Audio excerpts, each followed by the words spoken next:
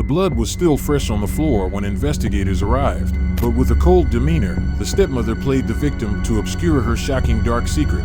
How someone could remain hidden behind such a flawless mask of deception. I swear to God, I don't know what happened from there. I really don't know what had happened from there. I don't. Leticia Stauch isn't just any bad mother. She's a twisted villain even Hollywood's darkest characters would envy. You can see her malicious mind in action during the arrest, when she attacks deputies and creates chaos throughout the investigation.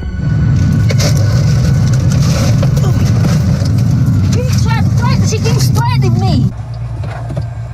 Stop. I can't breathe. Put. Open it so I can breathe. Stop. I'm not resisting. Yes, you are. Stop it. It all began on Mandan Drive, Colorado, a quiet neighborhood on the southwestern edge of town. In one of the houses, you would find a seemingly ordinary family. Al Stauch, his wife Leticia, and their 3 children. Al, a dedicated serviceman for the United States Army National Guard, often had to leave home for long periods. While he was away serving his country, his home life faced its own battles. His demanding schedule had already strained his first marriage, ultimately leading to a divorce from his ex-wife Landon.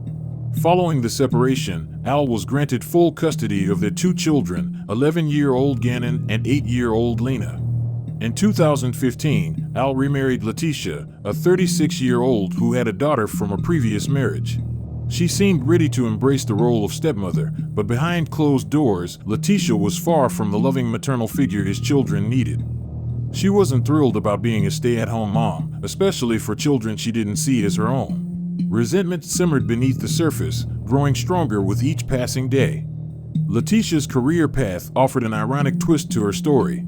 She had spent most of her professional life working in education, both in North Carolina and Colorado. In 2020, she even began orientation as an assistant at Mountain Ridge Middle School. But her opportunity slipped through her fingers when the school discovered inconsistencies in her application. Although she worked with children professionally, she harbored a shocking dislike for raising her husband's kids. Something about her role as a stepmother gnawed at her, and it wasn't long before her true feelings surfaced in disturbing ways. When it was later revealed, Leticia's internet search history exposed an even darker side. Searches like, "I don't like my stepson, should I get a divorce?" These weren't just fleeting thoughts. They were the product of a deep-seated resentment that seemed to drive her every action. Yet, you can't imagine just how far she would go. Her minor criminal charges, like communicating threats and unauthorized use of vehicle, seemed trivial when compared to the horror she was about to unleash. The turning point came on January 27, 2020. Just 3 days after being fired from her job, Leticia's stepson, 11-year-old Gannon Stauch, vanished. That evening, Leticia claimed that Gannon had gone out to see some friends, but never returned. At 6:55 p.m., she made the call to 911, reporting him missing. Paso County 911. My son was supposed to be home at 6 o'clock and was almost 7. He's only 11. Okay. What's his name? Gannon. When was he last seen? Maybe around like 3:30 maybe. Has this ever happened before? No. By the afternoon, the police listed Gannon as a juvenile runaway, and a community-wide search effort began. At first, investigators focused on Gannon's life, trying to piece together what might have caused an 11-year-old boy to run away. But as they dug deeper, there was something sinister beneath the surface. When asked about Gannon, Leticia appeared confused, offering explanations that didn't align with what the neighbors had witnessed. Did he take his bike? No. Okay, because somebody saw a little kid on a bike.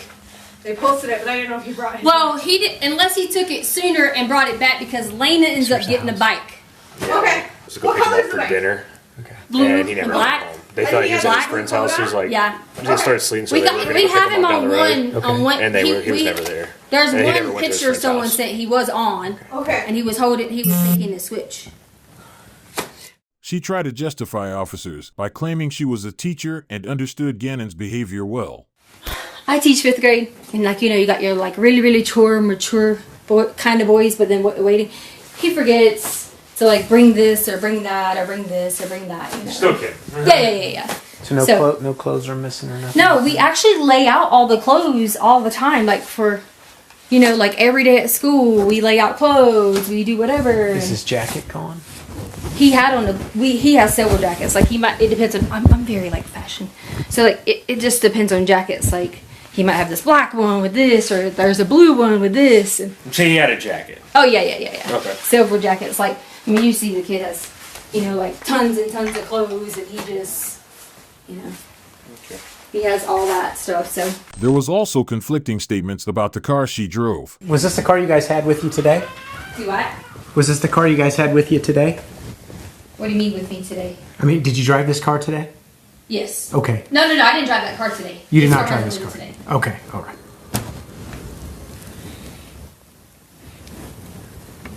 Has he ever hidden in anything like this before? No, this is no. When investigators stepped into Gannon's bedroom, they were hit with sharp, overpowering smell of bleach, an unmistakable sign that someone had tried to cover up something horrific. But the attempt didn't hide everything. Tiny droplets of blood were scattered on the wall near the bed, and the carpet underneath was soaked as well. Gannon Stauch wasn't just any kid. Known for his infectious kindness and gentle spirit, he was affectionately called G-Man by those who loved him. Born on September 29, 2008, Gannon came into this world as a miracle child. His parents, Landon and Albert Stauch, vividly remembered those early days. Their son was born 3 months prematurely, and doctors were not optimistic about his chances of survival. But Gannon defied the odds, proving he was a fighter from the very beginning. He grew into a healthy child, adored by his family and cherished by everyone who knew him. As the hours turned into days, his parents' worst fears began to take shape. By January 28th, Gannon's father Al had rushed back home from Oklahoma to join the desperate search. His mother Landon also flew in from South Carolina, determined to do whatever it took to find her little boy. How do I describe my G-Man, my Gannon? Gannon's my hero. I love him so much. He's not only my hero, he has multiple people that call him his hero as well. He has so many family members that just look up to him at such a small age. He's full of life. He's happy. He's energetic. He loves sports. He loves Sonic. I don't even have answers for my feelings other than I'm afraid. I'm afraid that I will never hear his voice, that I'll never hear him run and say, "Mommy," that I'll never hear those corny jokes that he always tells every single day. He has to tell me a joke he looks forward to. If you're too afraid because you know something, a kid just doesn't disappear and no one sees him. It's not how this works. So if you have anything that's credible, if you're afraid, don't worry about it. Imagine my son, how afraid he is. Imagine how afraid Gannon is. Before Gannon went missing, Leticia had been texting Al, who was traveling to Oklahoma for work. In her texts, she complained bitterly about feeling unappreciated, not just by Al, but also by Gannon's biological mother Landon. Leticia also mentioned that Gannon wasn't feeling well and would be staying home from school. Investigators, eager to piece together the timeline, turned to Gannon's younger sister Lena. Lena recalled that the day before Gannon went missing, Leticia had told her not to disturb him. As the investigation progressed, Leticia contacted officers, asking to speak with them privately. Agreeing to her request, investigators met Leticia, where she revealed information that turned the entire investigation on its head. Surprisingly, Leticia came prepared with written answers, seemingly crafted to support her lies. The more detail I have, it might spark something for me. Is it okay if I take my notes out? Because I wrote down all kinds of stuff. Yeah, absolutely. Because I was like, I tried to write down anything he might say, and just in case, because I had notes from different things or whatever. Leticia claimed that Gannon hadn't just disappeared, but had been kidnapped. According to her, she also had been assaulted by the man, hit on the head, and knocked unconscious at the time. It was a shocking twist for everyone. I noticed when I had walked in and I saw our we have a little bookshelf thingy. I keep my shades in there too, but we also have our guns and stuff. I saw it was open, but in my mind I thought maybe I left my shades or whatever. Your sunglasses? Yeah. Okay. So I didn't think anything of it when I heard the noise, and I just started walking downstairs. But I didn't walk downstairs with a gun or anything like that. So I started walking downstairs, and then when I walked downstairs, I hear something again. Well, at that point in time, Gannon was on the sofa, and I saw him, and I heard something again, and I walked on around to where the So Gannon's room is here, Okay. and then there's a storage closet here. Okay. And I heard something, and so I walked to the storage closet to open the storage closet. And when I do, it's him. And he was standing in there, and he had on gloves. In the storage closet? Yes. Okay. He had one of the guns. Okay. And I was terrified. Okay. So terrified. And then he just knocked me down and like towards Gannon's room. And he was hitting on me. It was like hard, like on the ground. Determined to assure Leticia's claims, investigators asked her to undergo a medical examination at a hospital. However, instead of cooperating, her behavior took a suspicious turn. She refused the examination and demanded to take a shower. So it would be better to get the forensic exam I'm not done going over there before you take a shower. Not cleaned. I'm not doing that. As in shaved and things like that. I'm not doing that. I haven't showered in 2 days. That's disgusting. I'm not doing that. But I will gladly go. Well, I mean, so you're saying you want to go take a shower before you go get the No, it's exam not. done? I didn't say I was going to go take a shower. I said I need some time to But you realize that's how we gather evidence, right? So if you go take a shower right now, and I understand that you're uncomfortable, right? And that you want to take a shower, right? And so that's why I would like to get you over to the hospital to get the exam done. Okay, well, She began complaining of chest pains and having a panic attack. Okay. Well, I believe that you have chest pains. So like I said, if you would like medical attention, then we can get you medical attention. Is that what you want? Yes. Okay. Thank you. That's what he said he was getting. Okay. Medics were called to evaluate and found her in perfect health.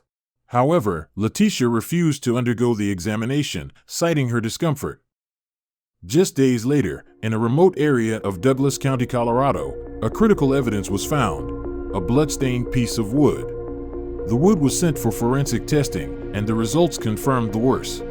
The blood belonged to Gannon. Despite the mounting evidence against her, Leticia continued posting on Facebook. However, her updates only deepened the suspicions. She released a video which she had accidentally recorded during an argument with Gannon. The video seemed to be part of a premeditated effort to establish that Gannon was alive at a specific time. Gannon, I promise this is the last time I'm going to ask you. I'm just freaked out, okay? Are you sure you didn't do it on purpose? Okay, you promise. You promise. Pinky promise. Okay, all right, so listen. We're going to have to sell stuff to fix it, okay? So we figure out what we got to sell. We can sell the sofa. We can sell whatever, because we got to get it fixed. So, lady, don't be mad at us and kick us out of the house. Okay? You got it? You got it? I'm worried about my friend. Okay, shh. On January 27th, around 10:30 a.m., neighbors' surveillance camera had captured Leticia and Gannon getting into her car. But Gannon appeared to be moving slowly, almost as if something was wrong. As the search for 11-year-old Gannon Stauch in Colorado Springs continues, today the search has shifted to a new surveillance video that's been released by a neighbor that could dispute his stepmother's story. The footage also showed them returning home at 2:20 p.m., but Gannon was nowhere to be seen getting out. What happened after they entered the house remained a mystery, and the truth is far darker than you could imagine. As the news of Gannon's disappearance spread, social media erupted with speculation, many quickly pointing fingers at Leticia. The whispers of doubt grew louder, with countless voices convinced she was hiding something. In response, Leticia boldly addressed a local news station, attempting to clear her name. She stressed that, once Gannon returned home, she expected nothing less than a heartfelt apology from everyone, especially from her husband, Al Stauch. You are?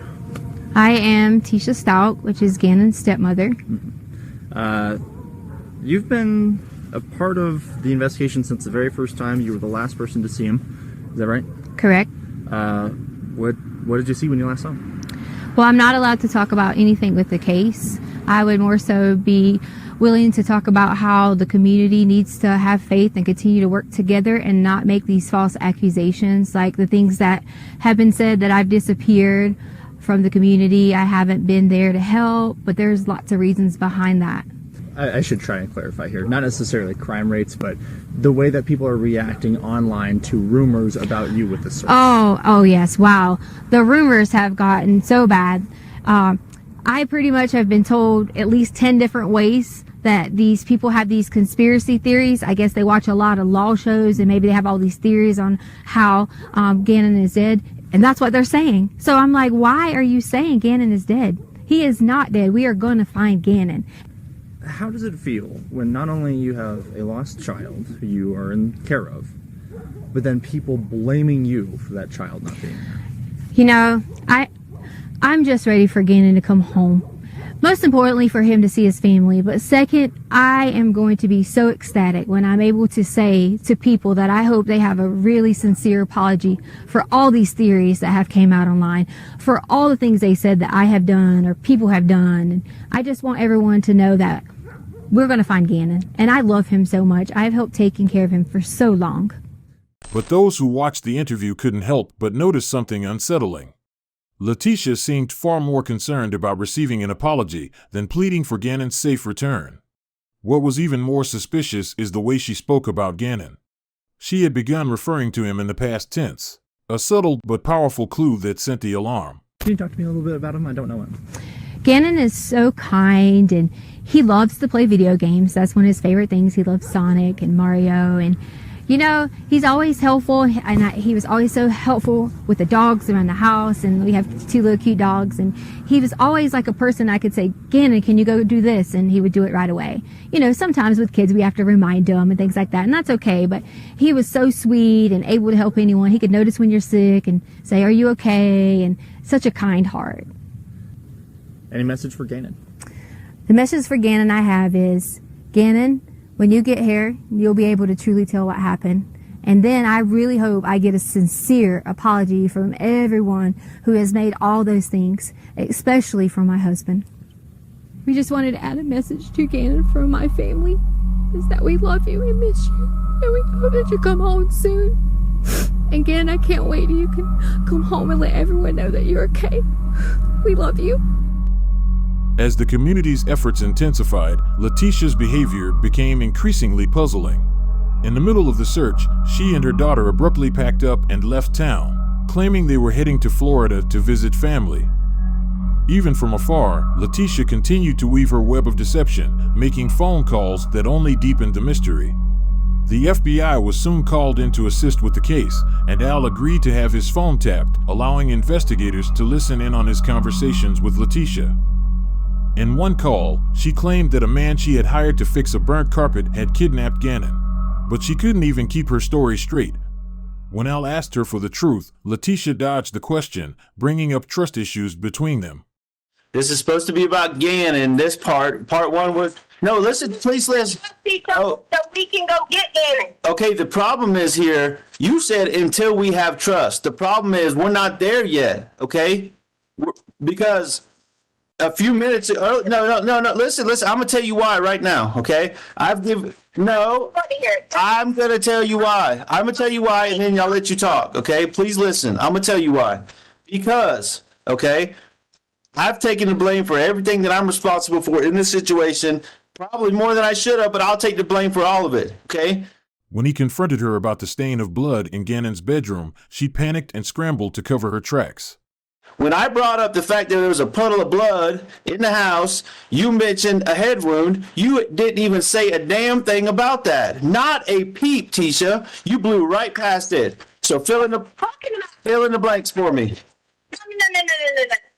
What are you talking about, a head wound? I never said to you about any kind of head wound. Now, see, this is where you... No, you did. You said in the bicycle incident, which you later told me was not true, but you... I already told you I made that up because you would never believe anything I said. Okay, so how did the puddle of blood get there? Because it wasn't there before we moved in. You said there was something on the wall. Who cares what it was? You cleaned it. We cleaned everything from when Gannon. Okay. Yeah, and no, you didn't, because we haven't talked about this. There was a puddle of blood the size of like one of those paper dinner platter plates. It's significant, and that was on the concrete, which means it had to be significantly bigger and more thicker, whatever. I can't hear you. Talk talking about something.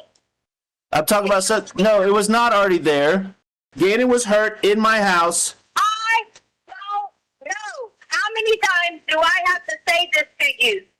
You asked me 15 times the same exact question, and I'm giving you the same exact answer. I don't know. As Al pressed further, Leticia grew suspicious that he was working with the police and abruptly ended the call. Tell the truth and I'll stop getting upset. You lying. You fucking lied to me and you fucking lied to the police. I'm not stupid either. I told you the truth. You are lying, Tisha. Are you done yelling at me? I'm not yelling. How did the blood get there? You can tell all your little police people that are listening, because I'm not stupid. I know you have police there. I know you have people there.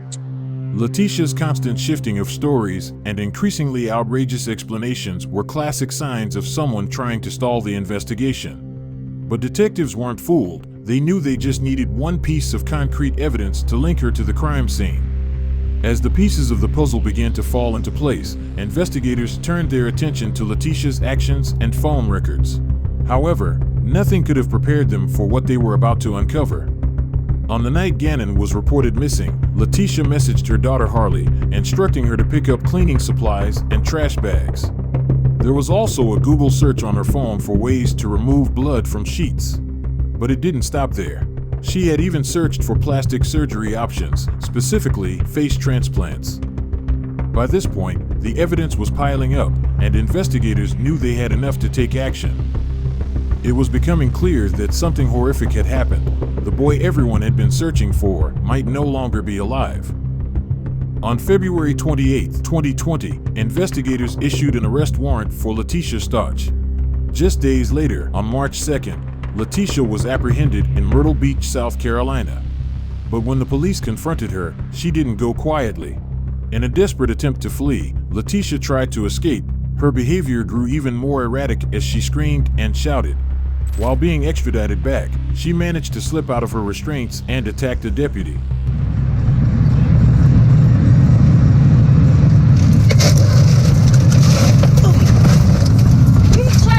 She keeps threatening me. Stop. Well, she keeps threatening me.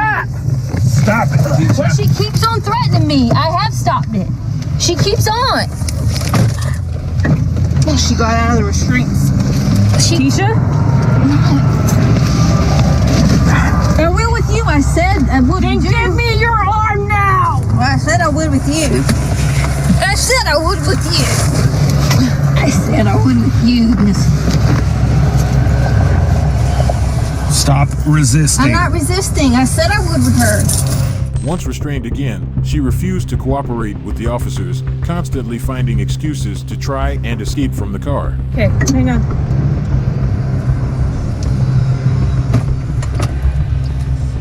I can't breathe. Stop. I can't breathe. Open it so I can breathe. That's all I'm asking for is to breathe.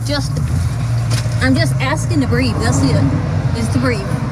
Leticia faced several charges, including first-degree murder of a child under the age of 12, child abuse resulting in death, and tampering with a deceased human body. But despite the mounting charges, one question remained unanswered. Where was Gannon's body? Detectives questioned Leticia, hoping to uncover where she had hidden Gannon's body. FBI agent Jonathan Grusing was assigned to the interrogation room. But Leticia, ever the manipulator, feigned surprise at being charged with murder. Do you know why you're here? Did they inform you, the officers, of why you're under arrest? I'm under arrest? Yes. For what? Warrant was issued out of Colorado. Okay, warrant for what then? It was for the murder. What murder? Gannon Stauch. So Gannon is murdered? That's what the evidence shows. Okay. In a bizarre twist, she insisted that Gannon was still alive and claimed she was being prevented from helping to find him. Well, and I'm not saying I that's just what want to happened say with to you, I can help you because what you're charging me with is not, or whoever, is not the case. Okay. Gannon is alive, okay, and I can help you. Okay, great. But see, here's the problem. When I reached out to people about getting help, I said, hey, I need someone who's going to help me to help you guys. I couldn't get that from anyone. Despite the long and grueling search for Gannon, Leticia continued to stall the interrogation with false assumptions and misleading statements. like, what if he didn't want to be found? An 11-year-old. I mean, you never know. No, I know. Yeah. I mean, what if he didn't want to be found? Yeah, so he bled all over his house. What if he wanted to go somewhere? What if he wanted to go live with his mom, and maybe he wanted to go do whatever so he can come back and do this to go live with his mom? You controlled the way that law enforcement responded. I did. So now it's my fault that they Yes, by you saying he's walking over to play with a friend. Had people in there doing a supposed crime scene, and now you have all this stuff after you let people live there. And now you want to look at me and say something. Sir, I did not hurt Gannon. Okay? Okay, well, who did? Did not. Who did? Did not. Just like all of the other things. Why are you telling me you did not? I don't care if you did or not. I'm just telling you. Yes, you do care. No, I You're don't. your father. You would care. I care about Gannon. I don't care if you did it or not. Sir, I didn't, okay? But you're saying you did it, but that doesn't help us find you. Okay, well, I didn't do it. I didn't do anything. I would not have no motive, no reason I'm not asking you about to motive hurt or reason. our child. No reason. Who did? No reason. No reason. Why would you give us stories that I'm go not, in other okay, directions? I'm not, sir. You're not going to help me. You proved you were not going to help me. If you give us a story with no leads. Okay, well, you proved you were not going to help me, so you did, sir. When Agent Grusing confronted her about Gannon's blood found in his bedroom, Leticia feigned ignorance. However, he skillfully cornered her by bringing up her own incriminating Google searches. Something bad happened in his room. Have you seen the... Sir. You helped clean it off the wall. Sir, we know that. This here, what you're talking about is completely irrelevant about the whole thinking mad, whatever. Tell me about, if it's irrelevant, Leticia, help me. Because there's a big blood pool in the corner, there's spray on the wall. Because if I tell you anything about any of that, all you're going to say to me is, hey, da-da-da-da. If you didn't do it, no, I will be your advocate. Because why do we know each other? No, but Why would I care? If you didn't do it, and it helps me find Gannon? I didn't do it. Okay, well then help me find out who did. Who did what? That to Gannon in his room. Done what to Gannon in his room? There's a pool of blood in the corner. Okay. That's Gannon's blood. Because you know in here I even have what you entered in your phone. The stuff that you've entered and deleted. Like blood is spurting from an arterial bleed. Direct pressure not controlling. Do what? I didn't look this up. It's from your phone. Blood is what? Spurting from an arterial bleed. How to get blood out of sheets. Out of sheets? Mm-hmm. I want immunity. Oh, the blood out of sheets was because we always had always nosebleeds. If I ever looked up blood out of sheets, it was nosebleeds. And I figured it might be something. I didn't ever look up anything about an artery or something unless it went from something else. It's on your phone. And I never looked up anything about my stepson unless someone else did. He revealed that Leticia had tried to clean the blood from the wall, but spray markers still exposed traces of her actions. You cleaned it up off the wall. So wait. There's... You know where the head of his bed was. I don't know anything about blood and sheets, okay? I did not take any sheets and clean up.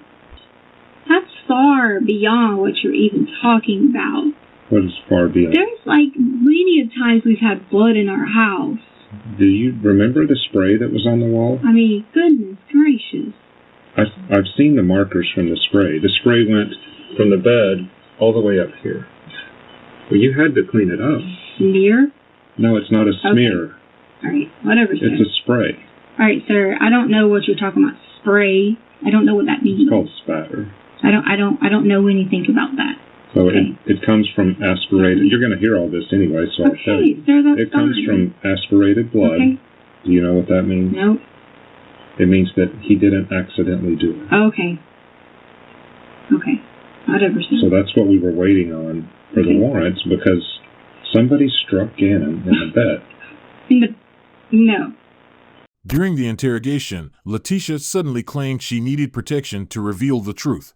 This gave investigators a glimmer of hope, prompting them to move her to a separate room with no cameras.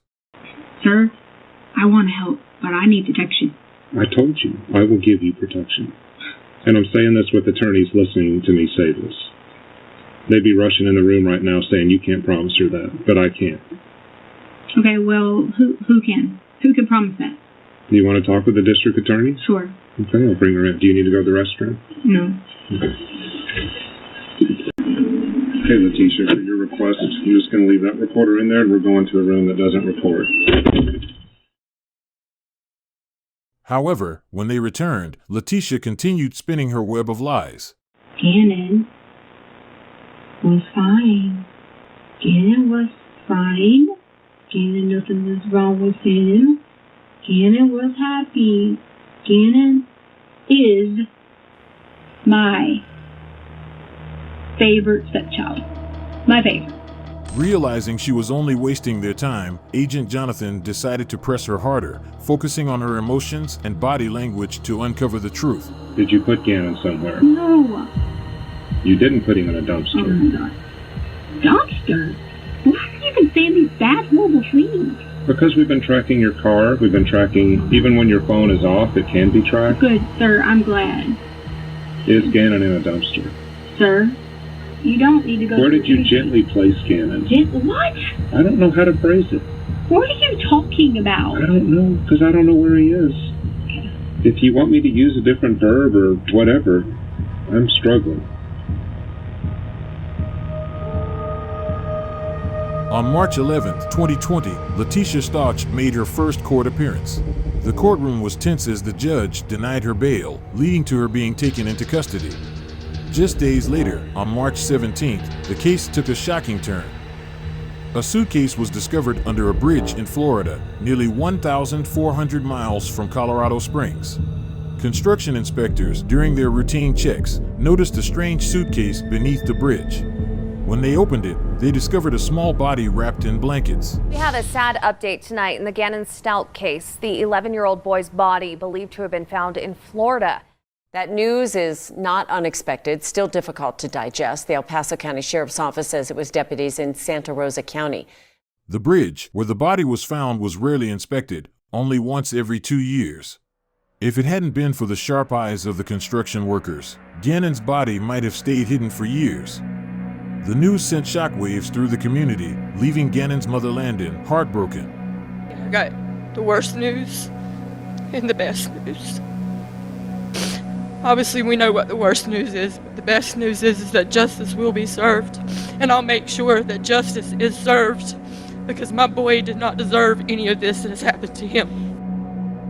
As investigators pieced together the timeline, they concluded that on January 27th, Leticia took his life in his bedroom. It's believed that she may have taken Gannon to pet stores earlier that day, perhaps as a distraction, or to wait for the drug she had given him to take effect. After the horrible scene, she placed his body in a suitcase, hiding it temporarily. On February 1st, she left Colorado with her daughter and drove to Florida.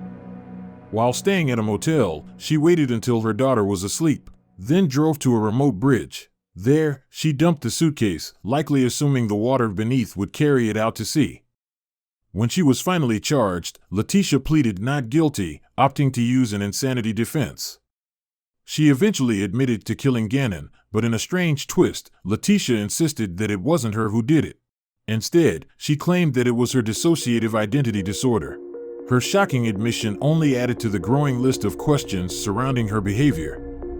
She defended that her actions were the result of severe childhood abuse, which triggered a psychotic break. However, a sanity evaluation conducted at the state hospital, which confirmed that Leticia was fully aware of her actions and was sane at the time she murdered Gannon. During the time, Leticia reportedly plotted an escape from the El Paso County Jail. However, her scheme was thwarted when she passed notes to another inmate who alerted the authorities. On May 8, 2023, after a tense trial, the jury delivered its verdict. Start with breaking news. The verdict is in. A jury finds Leticia Stauch here guilty of murdering her 11-year-old stepson. That the facts in this case are the most horrific I have ever seen. Your conduct in this case deserves the maximum punishment that I can impose under Colorado law. As such, with respect to the charge of first-degree murder after deliberation, I remand you to the custody of the Colorado Department of Corrections for the remainder of your life with no possibility of parole. She would spend the rest of her life behind bars at Colorado Women's Correctional Facility. After the court delivered its verdict, Gannon's mother Landon shared an emotional message directed at Leticia. For 3 years, I have tried to forgive you, but I can't. I want to. But no parent should have to bury their child. No parent should have to see or hear the horrific things she has done. To the whole family, she has taken away the most precious gift in this world. Many argued that Leticia's motive was rooted in deep resentment and a desire to hurt her husband and his ex-wife. It was a heartbreaking reminder of just how far unchecked hatred and resentment can go. Thank you for watching. Smash that subscribe and see you on the next one.